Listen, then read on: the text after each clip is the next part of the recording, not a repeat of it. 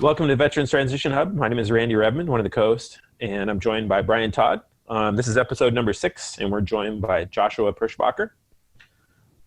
Today, we're going to be talking to Joshua about his experience as a Veterans College Advisor, also his experience in the Navy, and his current role with Vetwork. So we'll kind of start off. Josh, you want to talk to us just a little bit about maybe where you grew up before you joined the military? Yeah. And thanks for having me on, guys. So I graduated high school 2001 in May, small town, Heron, Illinois. It's like an hour and a half, 2 hours from St. Louis. Right after that, I went straight into college. Spent a little too much time, too much fun at Southern Illinois University in Carbondale. Got out, and around that time, the housing economy kind of collapse was almost in full swing. Getting a job, future wasn't really looking that bright, and so ended up going into the Navy there in 2009.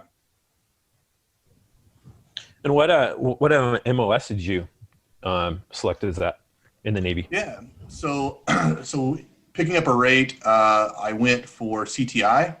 And so that is cryptologic technician interpretive. So I spent a little over a year in Monterey, California at Defense Language Institute. And I am one of the few and the proud, the double DLI dropouts. So I failed out of Iraqi, and then they rolled me into Farsi. And then I failed out of Farsi as well. So I made it about a full third of the way through the Iraqi program and almost halfway through the Farsi program. And then from there, yeah. Sure, go ahead. And then from there, I was just going to say, yeah, everybody that I've talked to said that program's super, super hard. Like most of the language programs, especially those two languages, sound like they weren't easy at all. Yeah, it was a great experience. Looking back on it, it was incredibly humbling. Spending way too much time in college than I should have. School always really came easy to me. This humble brag. I got through my freshman year of college and never bought another textbook for the rest of the time that I was in college. I just showed up, paid attention in lecture, didn't take notes, didn't study, got B's, some C's, and just kind of coasted through. And going into that program, they say it's like drinking from a fire hose. And I didn't have the study skills, didn't have the discipline, didn't have the work ethic that it was going to take to get through there. But like a lot of other people, the way the Navy does it, that if you don't make it through your school, they have an undesignated program. And so you just go out, sailor no job, and you go to a carrier and they just put you to work. And so there's people who may have not made it through the nuke program, people who are affectionately referred to as BUDS duds. And so that's the basic underwater demolition SEAL training. And if you ring the bell and you get rocked out and you don't make it through that, you're a BUDS drop and you get sent undesignated. And so it's a really interesting mix of people that end up being in that role, because there's, out of a department of like 80 people, I'd say there's 10 to 12 of us that had college degrees. There's people who had dual degrees from Michigan State in criminal justice and biology, and they wanted to be forensic, like cops for state police or FBI. And they were like, well, I'm going to go into the military and do this for a few years, and then I'll come back. They didn't make it through like the SWIC training. And so they got there. Other people had a Series 7 license in finance and was like, you know what, I think I want to take a shot here. I was a college football player. I'm going to try to join the SEALs, and they don't make it. And then you've also got people in that same department who were told by the judge, either you join the military or you're going to jail. So it's a really interesting blend of people that all find themselves kind of in the same department. That's kind of crazy to me, because we're about to have like the reverse of a good Navy recruiting video here about this, but a couple things grab me on that. Is one is that you get these smart guys who are coming through the Navy, and instead of properly using that with maybe a potentially another job, they send them straight to, I would assume, cleaning toilets and painting ships and scrubbing floors. working in the kitchen, right? And the glorious jobs that, we all come to affectionately love. But I didn't know they did that. Told, where there's a will, there's a waiver.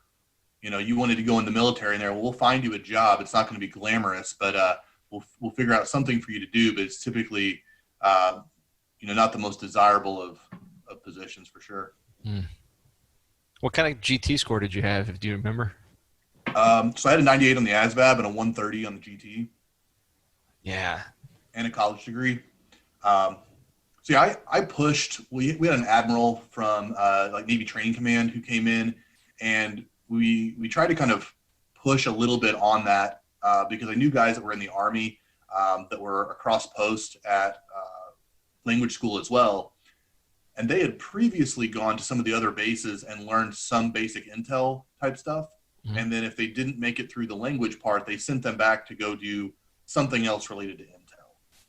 And kind of like the same thing if you went to go do Ranger and you don't make it through, well, that's okay. Like, you're still going to be a trigger puller. Like, they're still going to keep you in a job that does that. They're not going to turn you into go turn wrenches and go work on equipment. Like, you came in to do this. They're going to kind of keep you in that line.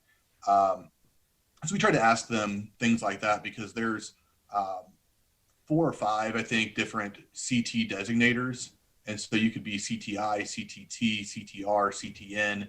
And it was like, why not just send everybody to CT school to learn how to use some of this collection cryptography equipment, and then follow on with extra training to pick up a language.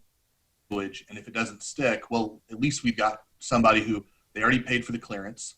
So you're already cleared for TS/SCI. You've already went through all of that. Let's just go throw you at something else and at least get some use out of you.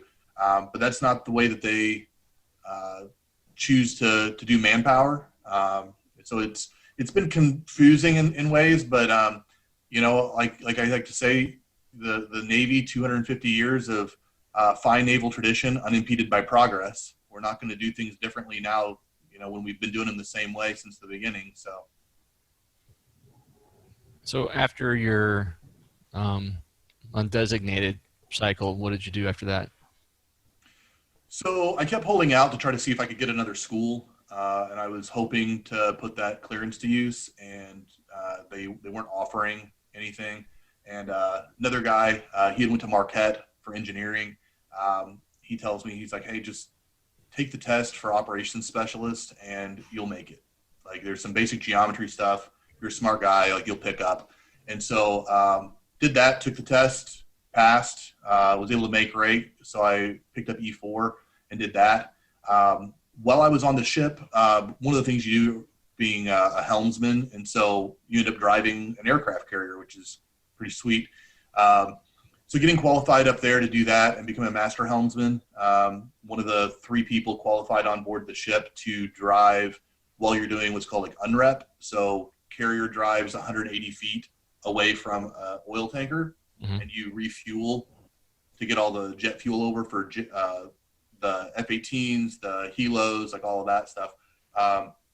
So I got qualified to do that, and then one of the officers of the deck, the commander, we're up there. It's like 3 a.m. driving. People are bored and trying to stay awake. And asked, so how'd you end up here? You're undesignated. And I was like, oh, I was at DLI, and he's like, oh, I've always wanted to go there. Was it hard? I said, well, I'm here, and I'm not doing my language, so I obviously failed out. And she was like, oh, so what was so hard about it? I kind of explained, like, for me, I'm very analytical, and they have you do like a learning assessment ahead of time. And I am like 11 out of 11 visual and analytical. And the way that they teach it is 11 out of 11 verbal and global, like just immerse you in the language. Like, we just keep saying things to you, and eventually you're just going to kind of pick it up. And I'm the guy who wants to see like the parts of speech, like write this out in Arabic and show me subject, predicate, verb, modifier, direct object, indirect object, show me the prepositions, like how the thing is kind of constructed, and I'll figure it out. And they were like, we're not going to reconstruct the whole curriculum, just for you. But we were also one of the first classes to go through the dialect program for Iraqi. And because I already had my degree in education, and I had done some grad work in curriculum design, and instructional development. They had like run-on sentences in English, and it was really hard to kind of figure out what they were asking for at times, much less to try to learn the Arabic part. And so I was trying to tell, the instructors and everybody, and the department head, this Iraqi woman, pulls us all aside and says, "None of you know enough about Iraqi to criticize our curriculum." And I said, "Well, my graduate credit in instructional design would say otherwise." And that's when the commander on the ship, I'm kind of explaining all that. She's like, "Wait, you have graduate credit? So that means you have a degree." And I was like, "Yeah." And found out I had a degree in education. And so she was the ship's training officer. And so she went through after our first deployment and put in a request and had me pulled and said, "I want you working in the training department, writing our training scenarios, all those wonderful GMTs that you do that everybody mindlessly clicks through the PowerPoints." I was tracking, 3,800 sailors, completion percentages, and making sure we reported to Big Navy that you did your information assurance awareness. Don't put that CD into that disk. Don't take that USB with you, type stuff. So I got to do a lot of that. I know we kind of talked about some of the questions, but it was like that was really what kind of pushed me in the direction that I ended up ultimately going to with some of the experiences that I had in that department.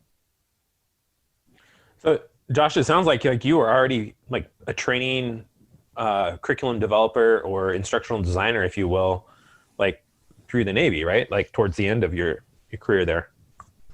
Yeah, I was still an E3, E4, and the rooms that I was in were mostly brass. It was E7 and above and officers, and so I wasn't dictating nearly as much. I wasn't doing nearly as much of the designing, but especially like the reporting and tracking of stuff. But definitely had a lot more, I think, input on certain aspects of it than a typical E3 would have had in that command structure, the way it's set up. But yeah. Yeah, I think it's interesting what you were saying about just like some of the difficulties or issues you kind of had with the language pedagogy that was used. Because, I for a while, like my background's in English language teaching. And, I've got a BA in English and then a master's too. And I was looking at jobs when I got out, and one of them was through Raytheon, and it was teaching in Saudi Arabia and teaching English. And they were using that defense, was it IDL, the Defense Language Institute curriculum. And the more I found out about it, the more I was just like, this is pretty rigid. And it's like, kind of goes against a lot of what I learned good teaching and language learning pedagogy to be. And ultimately, like, it came down to like, I just couldn't take the job because I couldn't find myself, I couldn't see myself in a position where I was teaching a curriculum that just totally went against everything.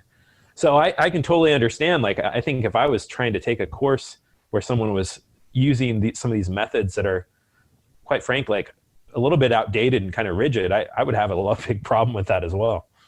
Yeah, when I started quoting Bloom's taxonomy to them, they started looking at me like I had three heads, and they had no idea what it was I was talking about. And I was like, that really demonstrates to me like where your mind is at. I don't even know what that is. I'm going to Google it right now. with regards to educational approaches and multiple intelligences, things like that.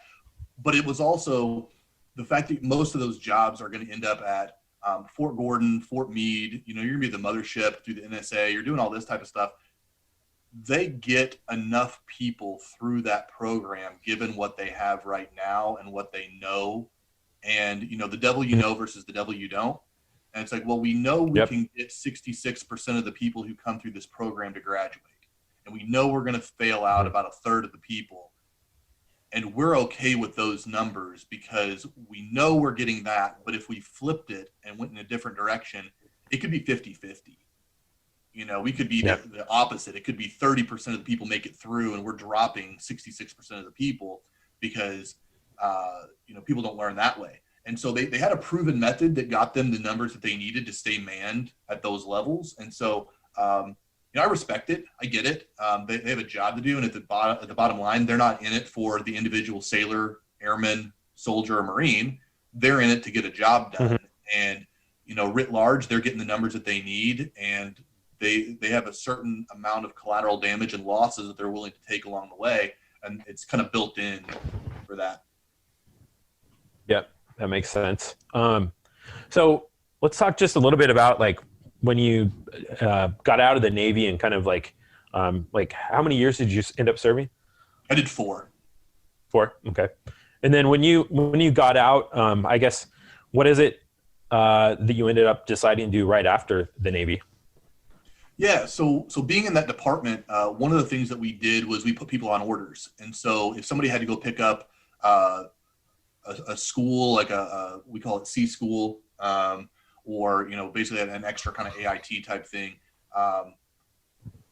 we would be the department that would schedule them. We ran all the defense travel DTS system to put people on per diem and get them orders, get their flights, do all that. That also included TAP. And so all the people who were going to go and leave for a week or two and go do the TAP class, we were the ones who were in charge of doing that. So people would go, they'd have to come back, we'd sign them in, do all their check-in stuff. And just the volume of people who were coming back and saying, oh, my chief told me not to get out, told me to stay in. There's no jobs out there. I'm not going to hack it. I'm it's not cut out for me. I should just stay in.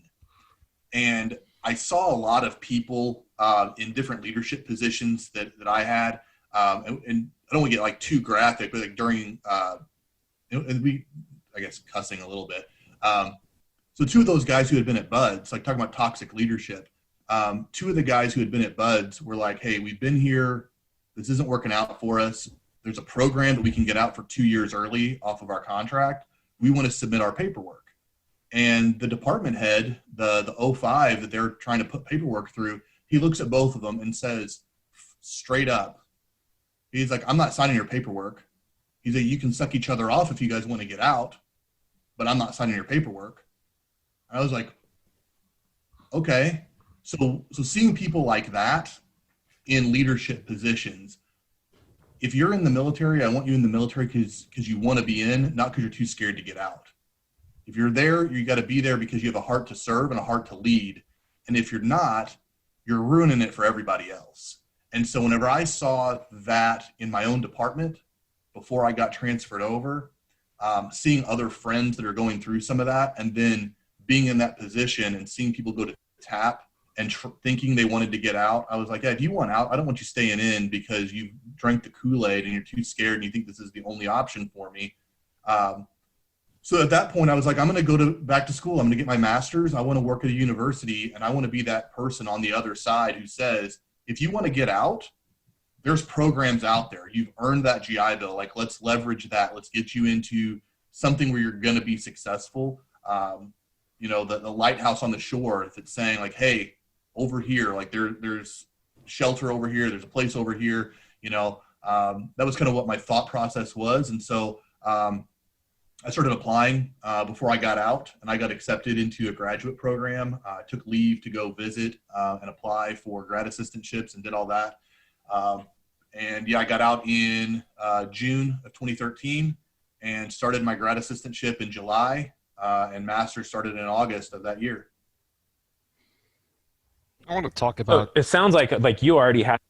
Oh, go ahead, Brian. Yeah, I want to talk about that 05 real quick. So I had kind of a similar experience.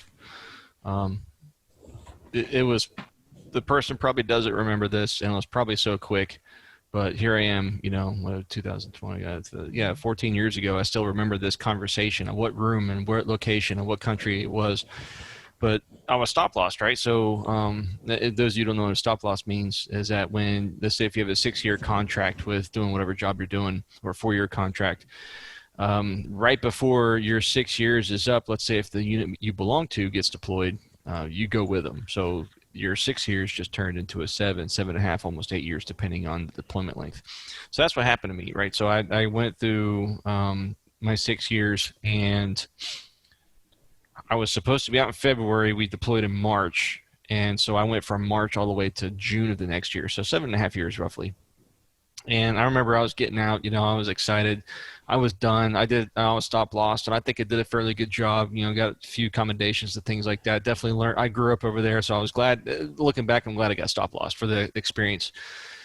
I ain't caused too many problems about it. So, but I said something to one of the commanders, and I'm just like, "Sir, I'm done. You know, you guys have gotten extra time out of me. I don't know what else you want from me." And his little snippet back was, "Well, you know, I can make your life hell and keep you here longer if you want." I'm just like, like it's just in '05 saying that shit. Like that's such a sour taste in people's mouth.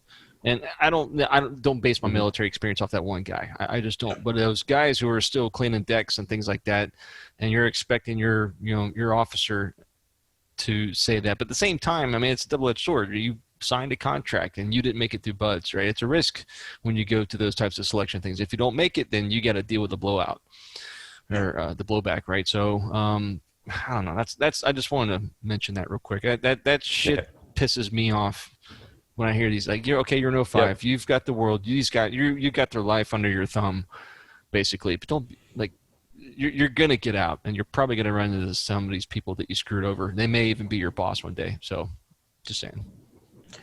Yeah. I also had an E7 tell me right when I was getting out. He told me like, you're going to be wishing in about 3 or 4 months from right now that you were right back in. You're making a big mistake. And it's just like, you don't really know me. Like, you don't know some of my aspirations. And like, so I don't know. I feel like a lot of us probably have a similar experience, like both of you guys have mentioned, where somebody's just like, no, this isn't the right decision. It's like, I man, had to, if I think it's the right decision, it's the right decision. I had to convince a freaking recruiter. When you go through your out processing, I had to convince this dumbass that okay, I was stop loss for 7.5 years, so an extra year and a half past my contract. You think I would have signed up and re-enlisted during that extra time if I'd have made my decision to do so? I'm still getting out, and he was just like, I don't think you thought this through. He's like, fucker, I've had a year and a half to think this through. What are you Yeah. talking about? So, yeah, I'll leave I'll that. give That's everybody. Don't take this as a bad experience for that, but it's just interesting. You're going to experience that. Yeah, and I think that I got two other little things to add where it doesn't sour the entire experience. Right. I had phenomenal leaders in other areas, and I'll try to forward this to you guys at some point. There was a great letter that some O2 put in as far as him wanting to get out and him looking around and seeing people with promotable mediocrity, that you just stay in long enough and you'll just keep getting promoted. But that same guy who said all of that to our department also said, at 1500, I want you guys to go muster, and don't muster in the hangar bay. Go muster out on the pier next to the dumpsters because you're all trash. You're garbage. And it was like, okay, you care about your people. When I did get out, my second big boy job after the Navy, my boss was a recent Marine veteran. And he was talking about it, and he said that his gunny comes over and he's talking to him and another guy who had said they wanted to get out, and he's like, "Oh, you guys aren't going to make it. You guys just need to stay in, all this." And he asks him, he's like, "Gunny, are we talking like gunny to sergeant here, or are we just talking?" He goes, "Oh, we're just talking." And he goes, "Okay, you're going to hit high year tenure next year, and you just took out a new lease on a 7 Series BMW." And you've got an $80,000 SUV that your wife drives, you're not going to get paid next year. They're kicking you out before retirement. So who's going to tell who, what needs to be done? You're making the worst financial decisions you possibly can, over leveraging with $150,000 worth of vehicles, and you have nothing planned beyond 15 months from now, but you're going to lecture me on what plan I need to have whenever I said I'm going to go to school. That's somehow a bad idea. But just like we could all write a book on lies my recruiter told me, I mean, we could go through all the bad beat stories about, how terrible such and such a person was. And I don't want to turn this into, a completely negative aspect like that. It does exist. It happens. But, one of the things I hated was a different commander who rotated in always saying to me, excuses only satisfy those who make them, when something didn't get done. And I hated that shit. Hated it. And I have used that so many times after that whenever I realize that he's right. I can make all the excuses in the world, but the report didn't get done. The XO didn't get what he needed. And if it helps you sleep at night, that's great. But it doesn't get the XO these reports. And now that I'm the person who needs these reports and I need these things, yeah, you can give me all the excuses you want. I still don't have what I need.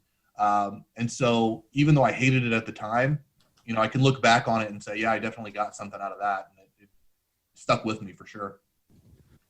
Well, and then the part two, I think if, everybody joins for a different reason, right? Whether it being you just want to get a Dodge, whether you want to go to college and you just go be a cook for 3 years and walk out with a 4-year degree paid for, which I will never, ever talk smack about with anybody, right? If you go in to be a postal clerk for 2.5, 3 years and you get a full ride for a bachelor's degree, whatever college you want to go to, man, I mean, that's not stupid. So, but yeah, I mean, those little, so I guess when I went into it, I expected to get trashed on.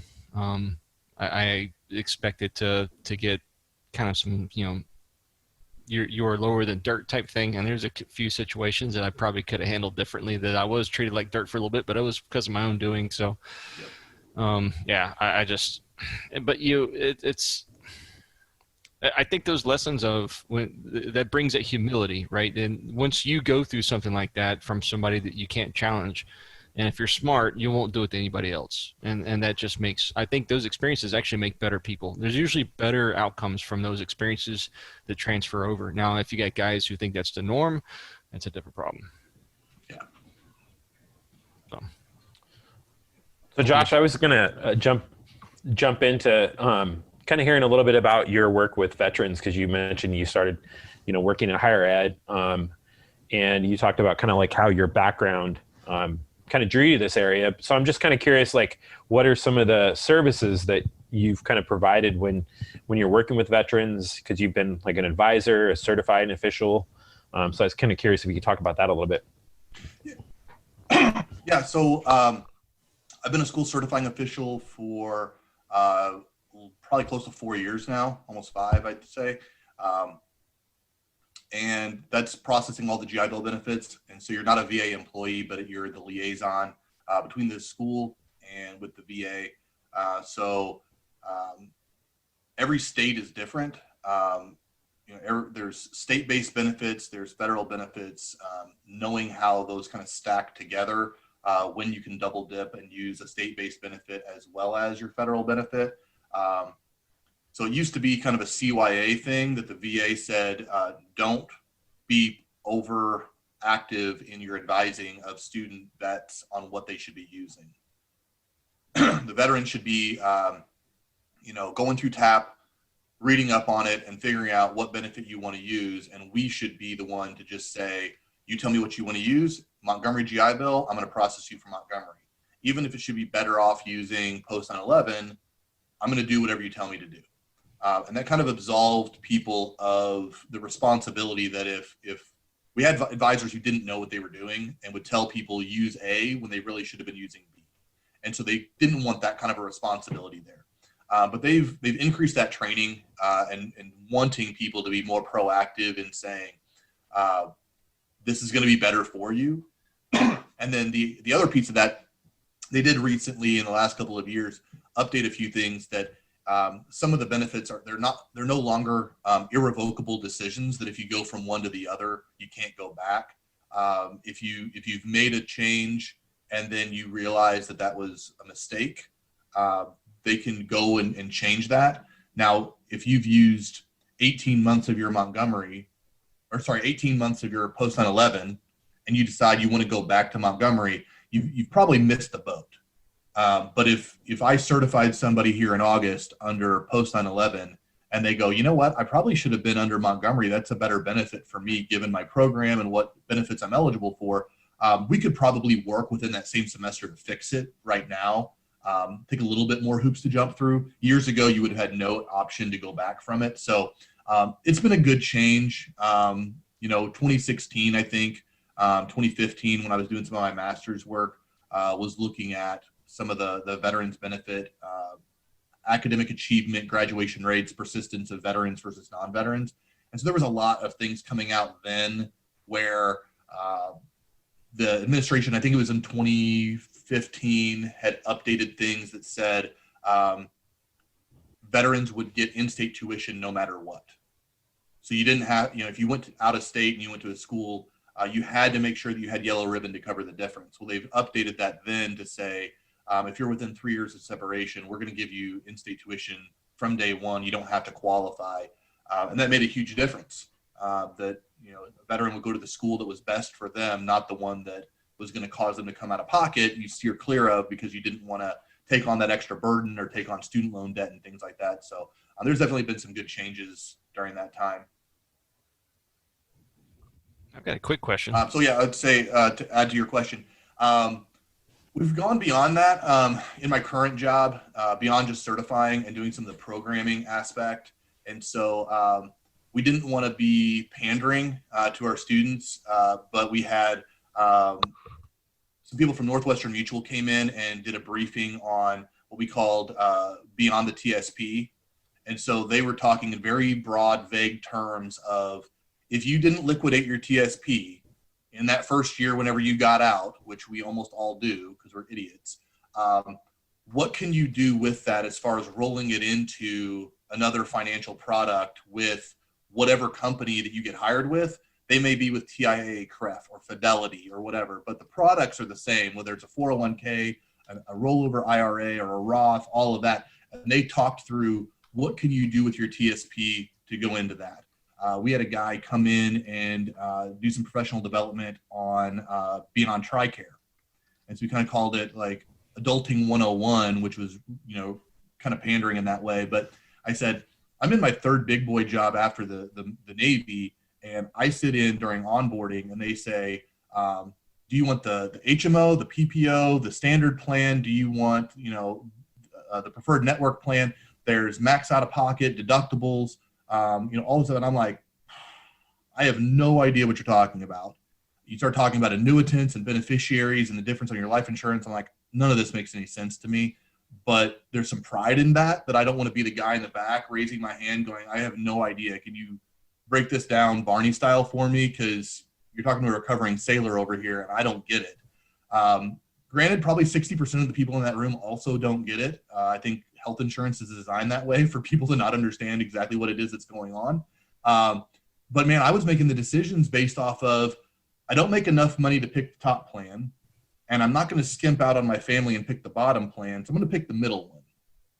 For good, bad, or whatever, I pray to God I never have to find out what a terrible fucking decision this was for my family, that we run into problems and this thing comes back to bite me. Because I have no idea what I'm picking. I'm just picking it because it's the middle one, right? So having him come in and be able to explain some of these like glossary of terms and empowering people that when you do go into your first job, you feel more confident on day one that you are making these decisions and you know what's going on, and not you leave onboarding orientation to go sit at your desk going, I am way over my head, and maybe first sergeant was right. Maybe I should just stay in. Maybe I should go back to the recruiter's office. It's way easier if everybody just gets TRICARE. They don't ask you what, I think they do now, but they didn't ask us before, what flavor of TRICARE do you want? You get TRICARE. And that's what everybody's on. You don't worry about it. SGLI. What life resources insurance do you want? You get SGLI along with everybody else. What resources could you point people to kind of get a baseline education on all that? So the guy that we talked to, his name's JJ Flocken, and his company, he works for a company that sells insurance, employer-based insurance to employers. Mm-hmm. So he's here in the St. Louis area, so he'll go talk to Anheuser-Busch and Boeing and Purina and Bayer, and his company is saying, like, here's the 3 or 4 or 5 different product offerings that they will then offer to their employees. I would say that, if you have access to a student vet center and things like that, and a lot of your student vet centers, even if you're not a student vet, if you said, hey, I need some resources, I need some help. Me personally, I'm in this to help veterans. I'm not here to help UMSL veterans. I work at the University of Missouri, St. Louis. I'm not limited in that scope.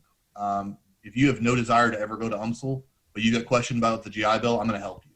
I'm going to point you in whatever direction I possibly can. And I think most people who get into this line of work are in that for the same reasons. And so if you said like, hey, I need some direction, could you point me in something? We're certainly going to do that and say, yeah, let's get you over to somebody. And maybe it's the HR person in the campus who comes in and they're the one who does the briefing for all the onboarding at the school. but say, hey, could we run one of these sessions to explain this stuff for people before they go out to their first job? They'd usually be pretty happy to do some sort of professional development type of programming like that. So I've got two things. First is going to jump off what you just said. So a very interesting part of my life when I got out of the military, I had some things happen. So I actually got my health insurance license to learn how to sell insurance. So like that has been huge for me. Like I know the difference between HSA, PPO, HMO. It gets probably one of the most confusing, most regulated industries that's out there. So 2 points of advice from the person giving advice to people asking about that: you're not licensed. You can get in trouble, and you can get people on the wrong plan. That's not good for them, and you will make enemies very quickly. So point them to an expert that is registered, and also, find somebody reputable.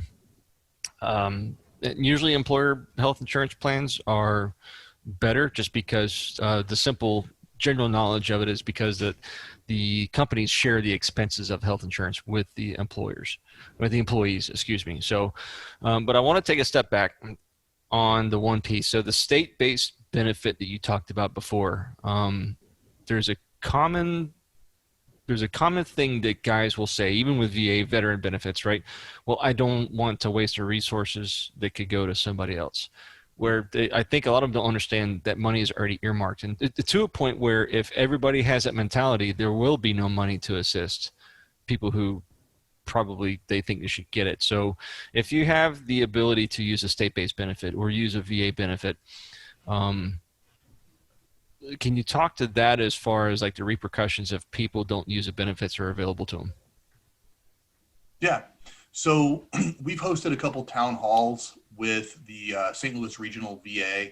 And so they'll have people who are with the Regional VA Processing Office, VRNE, VBA, the cemetery program, the regional health offices, all of that. And we'll have a panel of like 8, the top level people across the region for that. And they say that, like, if you're eligible to get your health care through VA Health, and you say, well, I don't want to take away from somebody else who's earned it more, they deserve it more. That's not how it works. The more people who go through the doors, the more funding that they get. Mm-hmm. If they see no one next year, then they're going to have to justify why should they keep their doors open? Why should they continue to receive funding? It's almost like the military budget. If you don't use it, you lose it type thing. Right. When you have a supply amount to buy stuff, commanders don't use it, you lose it. But if they show that they're at capacity, I mean, we're helping everybody. We've every person who's came in, we've helped. We're at capacity. We can't do any more right now. We're having to turn people away. Then it's easy for them to go back and say, we need to up the budget. We need to ask Congress for more money. We need to put more into this. So the more that you utilize it, the better care everybody is going to get. Navy, a rising tide raises all ships. Like, it's going to help everybody the more that people do that. So similarly with the GI Bill benefits and your education, there's not some finite pool of money that if you don't use yours, I mean, they've earmarked it. They knew whenever you signed that paper in MEPS that they were on the hook for X number of dollars for you to get that benefit. I think it's in the calculus for how they've done all this. Just like I said, for language school, they count on a certain number of people getting out, and they've calculated that in. They know big picture, how all these things work. I don't think they're doing it oblivious to what's happening. The left hand knows what the right is doing. So if you're going to go through and turn it down, you're not putting more money in the pocket of somebody else because we're trying to be magnanimous and not use, your GI Bill. Ronnie's not going to get more GI Bill because you didn't use yours. It's just going to not get used at all. Yeah, and I think that's a pretty common misreception. Josh, what would you say is maybe some of the biggest challenges that veterans often have on campus? Because I think about my own experience. When I went to school in a North California State University, Humboldt State University, and I remember just some of the challenges of navigating the university system and also just kind of feeling like a part of the campus community. as a veteran and kind of feeling welcomed. I was wondering if you could talk just about some of the challenges you see with some of the veterans that walk into your offices, on campuses. Yeah, I would say in a lot of ways, it's kind of a culture shock. I love the meme of Billy Madison sitting in that little chair with the kids in like third grade, and he's like the one guy who doesn't fit in, and he's like, yeah, using your GI Bill, exactly what it feels like. Our school is unique in that our average age of student is 26 and a half years old. And so you're not alone when you come on campus. Some of the biggest schools in the country, as far as just raw students as well as veterans, they're correlated very closely. Arizona State, Arizona, USF, UCF, Ohio State. These are schools that have really big student populations as a whole, but they also have very large veteran populations. And I would say that with those, people are there for the quintessential college experience. And so it is going to feel a little bit different that you trend a little bit older, but there's a lot of other veterans there that you can really find community. Sebastian Younger, you can find your tribe, you can find other people to be there with. But those are also like campus-based schools. Everything kind of revolves around what's going on campus, because there's 40, 50, 60, 70,000 students there. And sometimes there's 3, 4, 5,000 veterans on that campus as well. We're more of a commuter school, just kind of across the board. And so adult learners are going to be a lot different in that way. But I think that, navigating the new policies and figuring out, this COVID environment is completely different because nobody's used to learning online, as much. But I think it's harder for some people to find that tribe when they get out. And at first I thought, for myself getting out, I thought it was a civilian military difference. I thought that, me getting out, I come home and, the first month is great. All my friends who I haven't seen in a while, they all come out and I'm like, hey, what are we going to do? Well, Tuesday night, we're going to go to Buffalo Wild Wings. And on Wednesday, somebody's got a slow pitch softball, and I'm going to go fill in. And afterwards, we're going to go get pitchers because it's dollar pitchers at wherever. And Thursday, we're going to get together. And you just keep doing that. And then all of a sudden, what you don't know, because in the military, that's 7 days a week. That's what you do. You go out and you drink with the guys in your shop, you go hang out, you do all this stuff. In the civilian world, people have lives, they've got families, they've got jobs, and it's like, I don't have it in me to go out 4, 5, 6 days a week. And so all of a sudden you see people once a week or once every 2 weeks, and your friend circle is, I'm only getting together with people here and there. And so whether or not it's you finding a bowling league, or I've got this on, I'll talk a little bit about it. St. Louis Blues Warrior Hockey, through USA Hockey, there's a disabled veteran hockey program across the country. Maybe you're getting involved with your guys on your hockey team. Maybe it's a slow pitch softball team.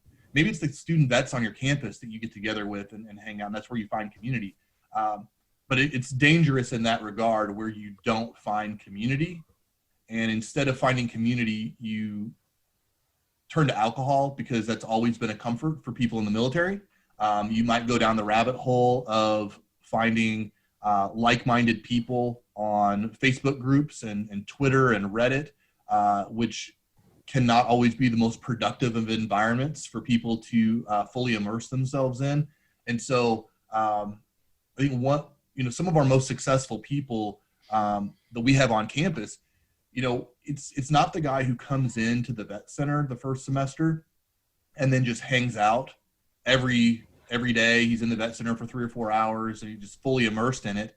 It's actually the guy who went over to the College of Business and he's in the Young Investment Club. And because you're a veteran and we're natural born leaders and, kind of pushed into these, type A roles, he's the president of the Young Investment Club, or the Entrepreneur Society, or whatever, the pre-law society. You're going to be the vice president and you're leading this club. and they get completely immersed in this other world because they're leaning forward. They're leaning into that next transition and that next part of their life. They're not leaning back into what has always been comfortable, which is I'm going to sit around and tell war stories with all the people in the vet center, and we're going to, smell like Red Bull and Rippets and just chug coffee all day in the vet center with people's dip spitters sitting around all the time. Like, yeah, you can do that, but you're not leaning forward. You're not leaning into your transition. You're falling back on what's comfortable. And so I think getting yourself a little bit uncomfortable can definitely be positive in that way. And that's where I'd say that a lot of people kind of struggle in that regard. Yeah, I feel like this really resonates for me because when I went through college, I was connected with this program they called the Veterans. It was Veterans Upward Bound, and I was able to use federal work study for this program. It was attached to Humboldt State University, and it was all veterans, and we had like an intake, and we had teachers that kind of did this program, and they taught courses just for the veterans. And so it was kind of a sheltered, veteran-specific program where we could use our GI benefits, get federal work study, and gradually like filter into the university. But it was a lot of just veterans sitting around. We'd go to the same bars, and after a while, I felt that I was kind of in a stagnant environment, and I wasn't really moving forward, like you mentioned, with the transition process. And so I eventually kind of distanced myself from those guys and ended up joining a leadership outdoor adventure program. It was through Youth Educational Services, taking out disadvantaged kids in their local community and leading them on hikes and trips and stuff like that. And I found there that was like kind of my tribe. And kind of got me into the outdoor guiding and things like that. But it was a really difficult decision for me to make, to be like, all right, like these are kind of my people that I know. I'm comfortable here around the veterans. But it also was like, all right, like how many times are you going to tell me this war story that, or talk about, what you did while you're in? I didn't feel like I was kind of moving on. And so I feel like there was a tension there. And so it sounds like that's kind of a common experience for a lot of veterans. Yeah, and I would say that this is not a rip on the Legion or the VFW or any of those organizations, because they have done phenomenal work. And if it wasn't for them, a lot of the benefits that we have right now, we wouldn't be able to enjoy. They have really put in the time and the effort and done the Lord's work to really pave the way for us to be able to enjoy a lot of things that we have. But I will say that, I see your Mission Continues shirt, and I'll throw Team RWB, Team Rubicon, those groups in there. They don't have a lodge. They don't have a hall. They're not an insular group. They're not like a members-based group where it's internally focused on the club and the group.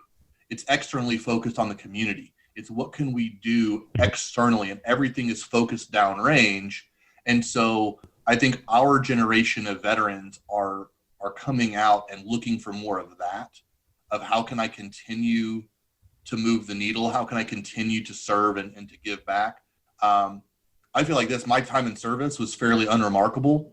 I pushed a lot of paper. I didn't really do a whole lot. There's nothing that I'm going to be able to go and tell people that I was heroic or I did something brave and I displayed courage or any of that.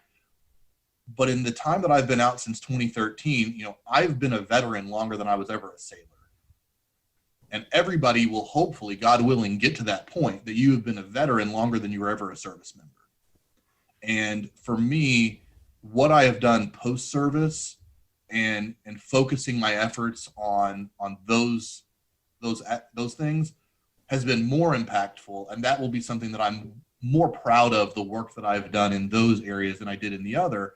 But if all I did was just lean back into telling the same sea stories about, oh, what did we do when we were in Hong Kong? And, oh, do you remember whenever we went to Australia? And, all you're doing is talking about that kind of stuff. It's like, you're never contributing again.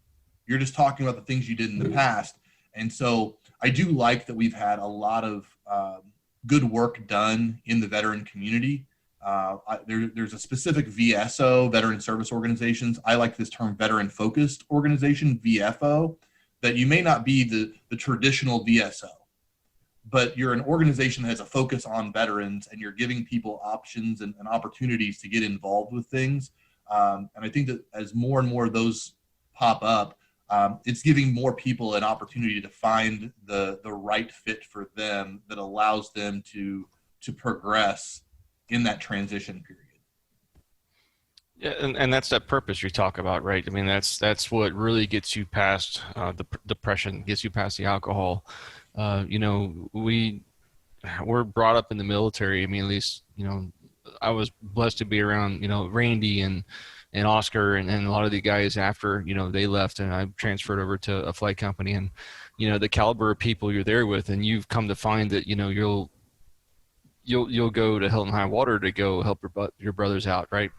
And you lose that purpose when you get out. I mean, I went to Florida in 2006. I mean, I went from deployment to Iraq, home for 9 months, deployment to Afghanistan, home for a few months, and next thing I know, it's just me and the wife, and like twiddling thumbs and okay, what are we gonna do? We used to be partying every night with our friends and going to Amsterdam on a freaking 4-day weekend and going to Austria to go snowboarding and things like that. So you miss that purpose. And, we've had, so far we've had Megan on. If you guys are watching this, we got some more podcasts with some really awesome people who are also contributing along with Josh. But one of the ones with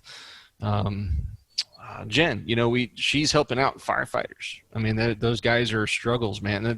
That's one of the things where now it's starting to kind of become a little bit more knowledgeable of the firefighter PTSD issue, just because of the traumatic stuff that they see all the time. But it goes back to the point of find that purpose, right?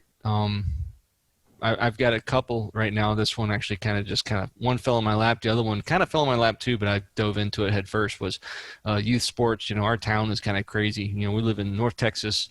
Our high school won state championship last year. It's complete Friday Night Lights, man. There's 3,000 people in this town, and it's a sight to behold. Of course, COVID. We're still trying to push through that, but youth sports was kind of needing some assistance, and so I worked with a guy, and we started a charity to stand up a youth sports association. Man, that is probably one of the most happiest times that I had as far as contributing back.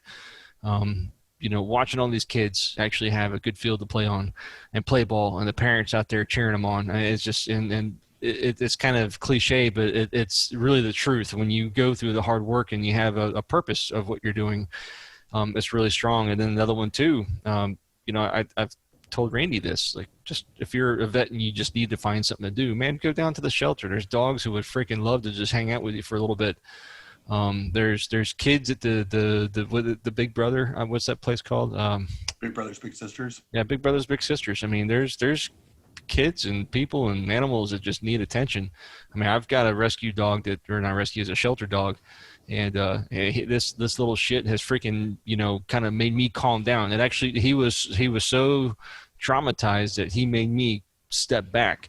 And that veteran anger that you have, that little shelf, Bill Burr talks about it, the little shelf of anger that you put shit on and just wait for it to fall off. And he's helped me out quite a bit. So there's Pause for Vets, I think, is another organization we talked about. But it's finding that purpose and doing something with it, not just going out and trying to find somebody's house to paint. Like you've got to actually do something and make it long. So that's why I think that Vetwork is really cool. So talk to us about how you got started, kind of what was a trigger to make you realize it was something you needed to do. Yeah, so it was like May of 2017. I'm working up in Chicago, and I went to Muster Across America with Bunker Labs. And so Bunker Labs is a national nonprofit business incubator, accelerator, entrepreneurship program for veterans to start up small businesses. And so they're having their like Super Bowl of the year. And they've got people from the SEC who come in, Security and Exchange Commission, former like executives from the Chicago Bears are coming in and like talking to people. They're going to bring in venture capital to like talk you through some stuff and what you need to know. Really great. There's a couple hundred people at this event. At the exact same time, like 5 blocks away, Guggenheim Partners are paired up with none other than Mission Continues to do veteran headshots, LinkedIn profile review, and resume writing. And on the north side of Chicago, there's an organization called Chicago Veterans, and they're having their Liberty Call, just a monthly happy hour with a bunch of veterans getting together and camaraderie and all that. And I thought about it and I said, well, this is kind of shitty. Like, we've got 3 really great events all going on at the exact same time. We shouldn't be doing that. Fast forward about 2 weeks later, How I Met Megan, your former guest, past guest, Justin Miller was working with the Road Home program at Rush University Hospital. He's also affiliated with Roll Call Chicagoland, which I attended on a regular basis whenever I was up there. So Roll Call is having their monthly roll call event. At the exact same time, Bunker is doing their epic pitch, where this cohort is going to go and actually pitch Shark Tank style to venture capital, and somebody's going to walk away with some money and some investors. And then the Road Home program is having their annual gala, where they're raising millions of dollars for this phenomenal program that helps with PTSD and mental health issues for veterans and their families. So even though families can't go to the VA for help, they can go to the Road Home and get assistance with that as well. Yeah, we talk about spouses a lot. Spouses is definitely they need help, for sure. Yeah, and so I looked at this and said, and somebody kind of came back, and I was explaining this as a problem, and they said, well, yeah, but these are like completely different groups. And I said, okay, they are different groups, except that DeJuan Wilcher is the only person in Chicago doing Travis Manion. He can't go to all 3 events. And my buddy Carter Davis is running a nonprofit called Live for the 22 at the time, raising money to have free gym memberships for veterans across the country. He can't go to 3 different events in a given night. He doesn't have the bandwidth. Mission Continues probably has 1 person as a city manager who can go to one of these events. And so we were putting veterans in a position where they had to choose which event they wanted to go to, but also those veteran-focused organizations had to choose which veterans they wanted to serve and which ones they wanted to say, well, hope you figure it out on your own, best of luck, but I can't help everybody. And so the Vetwork initially started out as a way to say, we need to collaborate, we need to focus our efforts, we need to work together. Being on an aircraft carrier, we have 18 different departments working together to launch and recover aircraft. We're communicating with the Air Force to refuel jets inbound. We're talking with Afghanistan and Pakistani air support, to clear airspace for us to come in. Marines and soldiers on the ground calling in airstrikes. We're talking to the Aussies and the Brits and telling them to get out of the way because we're putting warheads on foreheads. Like, all of this is happening.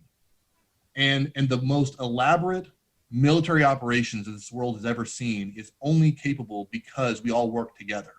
And as soon as we get off of active duty, it's like fucking brain dump. We forget to work with one another, and we all silo off. And I'm going to do what I do, and you're going to do what you do, and you're going to do what you do, and never our paths shall cross. We're not going to work together anymore. We're all going to do something different, and we should all just kind of stay in our lanes. We are better when we work together. And so I looked at it and said, we've got to figure out a way to get all of these stakeholders on the same page. We all need to start singing the same tune. My mantra is, as long as you have the concern that you want the most good for the most veterans possible, then we're on the same page. We can work together. That's what we're aiming to do. We want to help as many veterans as we possibly can. All right, we can make this work. So it started off like that in Chicago. And I'm going to different meetings and I'm meeting with different people, trying to kind of get involved in as many of these different kind of veteran organizations as I can. And then a job opportunity opened up in St. Louis, and went from assistant director at a public institution, Northeastern Illinois University on the north side of Chicago, to being the director of veteran services at the University of Missouri in St. Louis. And so we moved down, and within, 4 months or so, kind of looking around, that roll call event that was going on in Chicago, there was nothing like that going on in St. Louis. And so I said, we need to do more of that. And we had a organization it's called Student Veterans of St. Louis. It's all the different schools and those like SVA chapters kind of working together, and they'll have a whole week of events. And so they had been doing something before. When I have the website up, it's the vetwork.org, and their Tuesday night event was a vetworking event where they would bring in all these different companies and people to come in and meet together. And I thought, wow, I'm not nearly as creative as I thought I was. Somebody else has the same name as the organization that I've got running. So we talked about it, and I said, this is great, but you know, where I'm at, coming in from Chicago, they're doing this once a month, not once a year. And if this is about building relationships and building rapport and developing a network, we need to get people together more often. And if you're a company or a nonprofit and you're focused on hiring veterans or reaching veterans, you know, if you're out at Boeing and you want to run a 5K on the tarmac, great. You know, and you're going to raise money for a 9/11 run and donate it to a charity or something. Well, who's your target market? Well, student veterans, Guard and reservists, veterans who work at other companies around St. Louis. Like, these are the people who you probably want to let know about this event. And we can give you a target-rich environment of 65, 70 people a month that are all going to be in the same place and all have a very similar mindset of what we want to do. So Mission continues being there to be able to talk about their fellowship programs, joining those cohorts. We've had Wounded Warrior and Warriors to Work, you know, come in, USO Pathfinder talking about those things. And then, yeah, the employers that ultimately want to hire veterans. But I like it whenever we've got somebody who's not just strictly in HR, but it's somebody who's a veteran who's been working at Boeing as a project manager for 12 years and can tell you, I know where you're at now because I was there a decade ago. And if you want to get to where I'm at, I can give you some soft mentoring. I can look at your resume. I can kind of talk you through this. But we're also going to cut through all the BS. And it's veteran to veteran. You know, this is what's going on. And, you know, I can put in a referral for you because I've met you 4, 5, 6 times. And we've had a couple beers together. You're a good guy. Like, I know you. It's not just the cattle call career fair where I'm going to look at your resume for less than 6 seconds and I'm going to toss it and tell you to go apply online.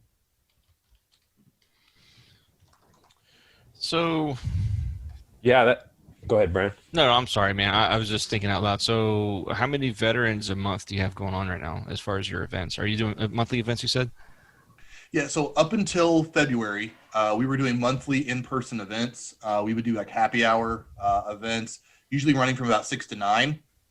And we were usually getting somewhere around between 60 and 75 people per month at those events.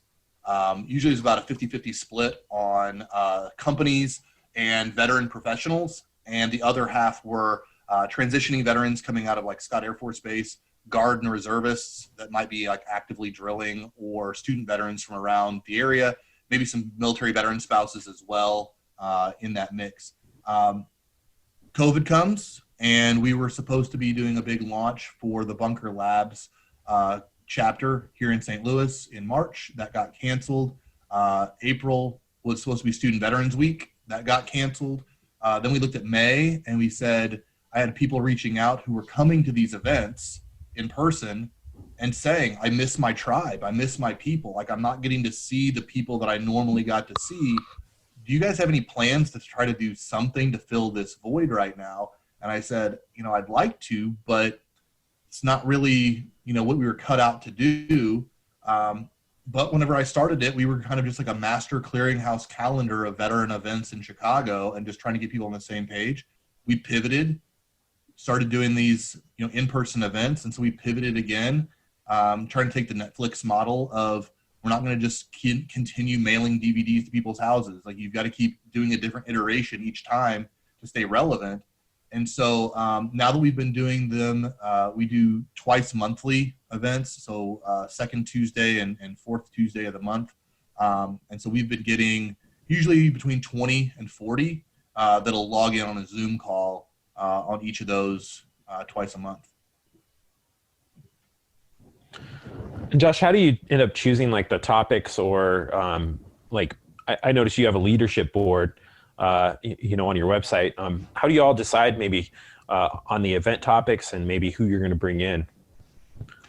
Yeah, so we've done some, whiteboarding, kind of brainstorming sessions at the beginning of the year. We were doing that, at the end of last year, thinking they were all going to be in person.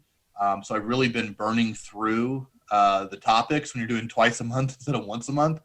So it's going a little quicker. But normally we've got people either from the companies that want to talk about, some of the initiatives they have.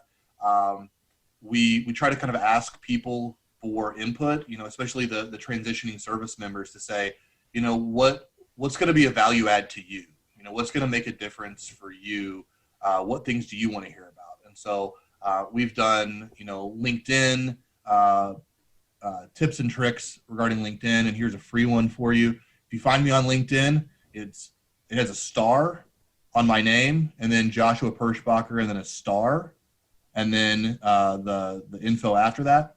What that does is that any of those algorithms that have people just spamming ads to add people to their profile and do connections, like, it automatically goes in the next day and says, hey, Randy, blah, blah, blah, blah, blah, and here's their canned message. For mine, it says star Joshua as my name. I instantly know that this is a bot. I instantly know that this isn't a genuine connection, that it's just some algorithm sending me stuff, and I can immediately just go in and delete the connection. If you're not giving me the time to have a personal connection and build rapport with me, you're just going to send it off to some third-party service, then I don't have time for it. So helps me screen things out for that. But yeah, we did personal branding yesterday, and kind of seeing what you need to do as far as social media presence, your LinkedIn, different things like that, and kind of what that looks like. We did one where we had like 3 different companies that are all within consulting. And so we had Slalom, Accenture Federal Services, and a local group called Uncommon. And they had some of their consultants come in who are all veterans and kind of talk through, like, what is it like to be a veteran working in consulting. And so we set up 3 different rooms, and we put people in a room for, 20 minutes. And then we switched people. And so they get to talk to all 3 companies during that time. So we've tried to kind of vary it from time to time. Sometimes it's more geared towards the transitioning service member. Other times it's educating HR and talent acquisition on how to read veteran resumes. Like, when you're looking at this resume, like, why do they list things this way? Why are they using veteran speak? And I don't get what they're talking about. So talking to them about that. Employee resource groups, having an ERG, the benefits of that and why you should set one up. And we've had, it's now Express Scripts Cigna, because they merged, Boeing and it was Ameren, big power co-op here. They all had ERGs, and they did a panel discussion on how they got started, what kind of activities they do. And there was a handful of other companies there that are like, we don't have those, but we want one. And they go, call me. I will be that resource. I will guide you through how to do that. It could be top down, that your bosses are saying, we need to have an ERG because we want to be military friendly.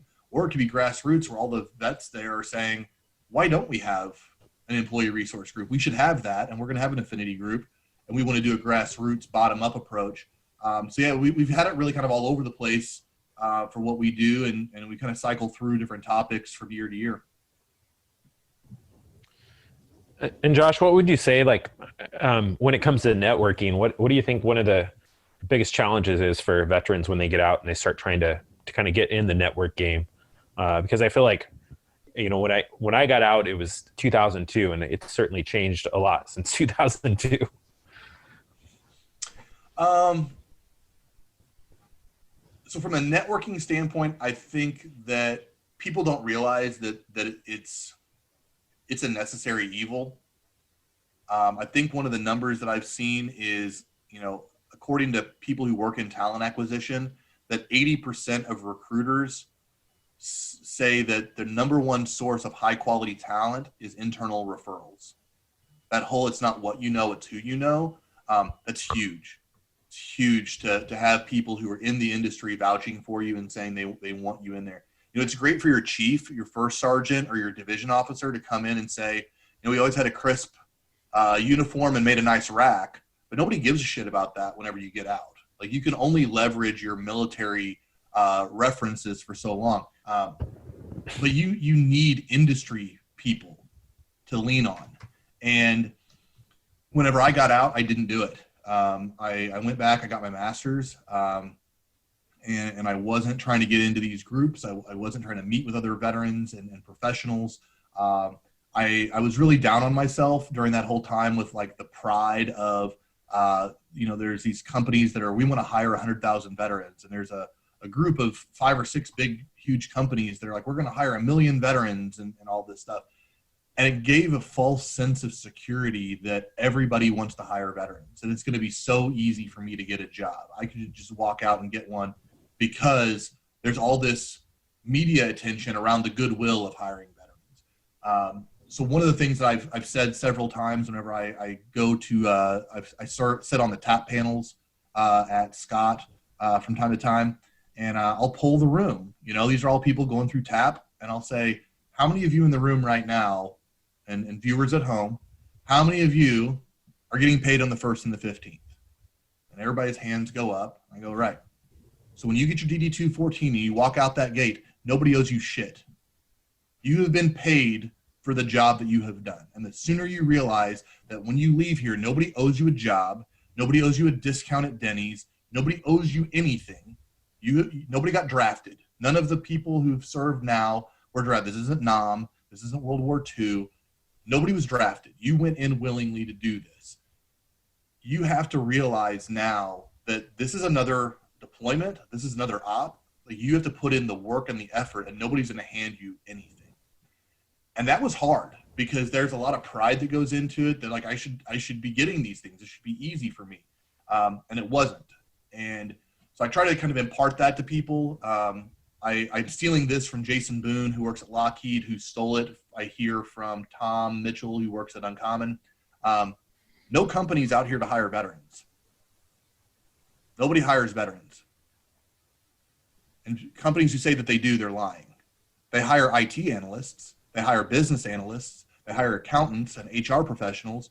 But veteraning is not a job that we need done at my company. I don't need you to come in here and veteran for me. So when you go to a job fair and they say, hey, welcome to, whatever, what questions do you have? And you go, I'm a veteran. What jobs do you have for me? We don't have jobs for veterans. I have jobs for all these other things. And if you happen to be one, great. Like that might set you apart. But a lot of times people just go in and the military does a terrible job of preparing us for this because they give you all these collaterals and you end up doing things that are way outside of your scope. And so you can do anything. We are very agile. We can move and we can adapt, adapt and overcome. We can do all those things. But whenever you come out and you're not laser focused on what it is that you want to do, and you tell a recruiter, I don't care what it is, I just want to work for your company, just point me in the right direction, I'll do anything, I'll impress you. They don't have time for that. They don't have time to go through and figure out what job they have that's going to fit you best. They need you to be focused on, this is what I want to do, this is where I see myself.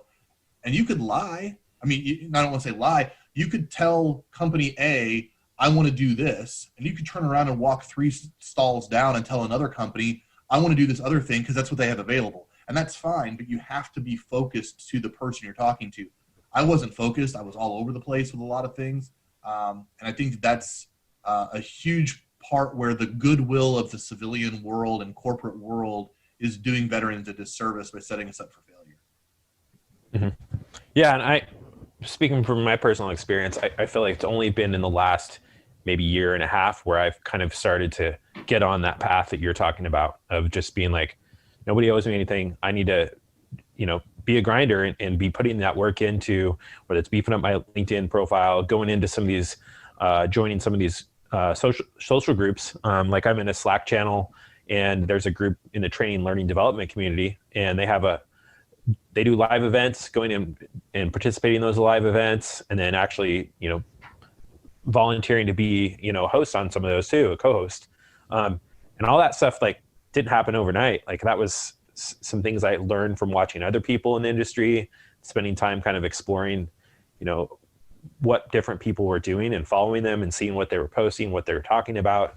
And like, yeah, nobody really tells you those things. And it's like whatever industry you are in, like you have to put that time in and figure out, what are some of those communities are and how you can participate in them. But it's it's definitely hard because you're putting yourself out there in a way, you kind of have to be a newcomer and try to figure out how to walk the walk and talk the talk of that, and kind of get, get your knees dirty, so to speak, and kind of put that work in. Yeah, and people say fake it till you make it, and on the one hand, you want to be authentic, but at the same time, if let's say you want to get into real estate, and you go on Eventbrite or you go on some of these other websites, and you can see that there are seminars for real estate agents to do something, and there's a real estate agent happy hour going on at this place or whatever. There's a professional society of these things. Even though you might not be in it yet, go. Like, start being a part of it. Become embedded in the culture, become a part of the community. And the more you do it, the more you're there. Being up in Chicago, there were events, and they're public, and it was like, oh, this is a thing for veterans, so I'm going to go. There's another one, I'm going to go. My wife was incredibly gracious with time, with having, small child at home at the time, now two kids at home, but saying, yeah, it's work. I'm not getting paid, but me ingratiating myself in this veteran community of other veteran professionals is kind of part of the job. But you just keep showing up, and you just keep providing value and developing relationships, and you keep doing that. And then eventually, whenever, Randy doesn't show up the 1 month, people are like, where's Randy? Because they expect you to be there, and you didn't get a formal invite to the super secret special club. Like, you just keep going, and then you become a part of the club. And so, I would encourage people, whenever you're looking to get into one of those industries, or you're new to an industry, figure out those professional associations and attend as many things as you can. It's hard right now with COVID, I realize, but when things are returning to some semblance of normalcy, like, embed yourself in that culture and that environment. It's going to make a big difference. I've heard of the term, your network is your net worth.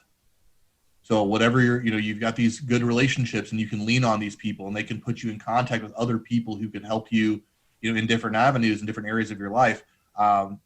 Build genuine relationships, and it's going to make a big difference long term. And the sooner you do that, the sooner you can kind of reap the benefits of that.